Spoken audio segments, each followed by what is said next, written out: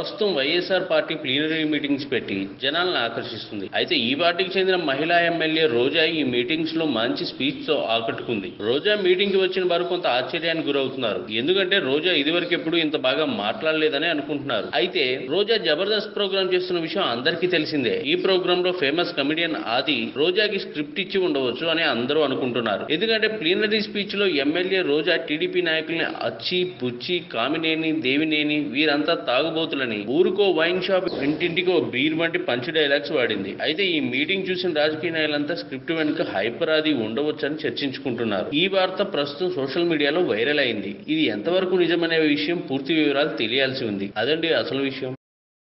ఈ వీడియోపై మీ విలువైన కామెంట్స్ ని మాతో షేర్ చేసుకోండి. అండ్ ఇంకో విషయం, సబ్స్క్రైబ్ చేయడం మర్చిపోకండి.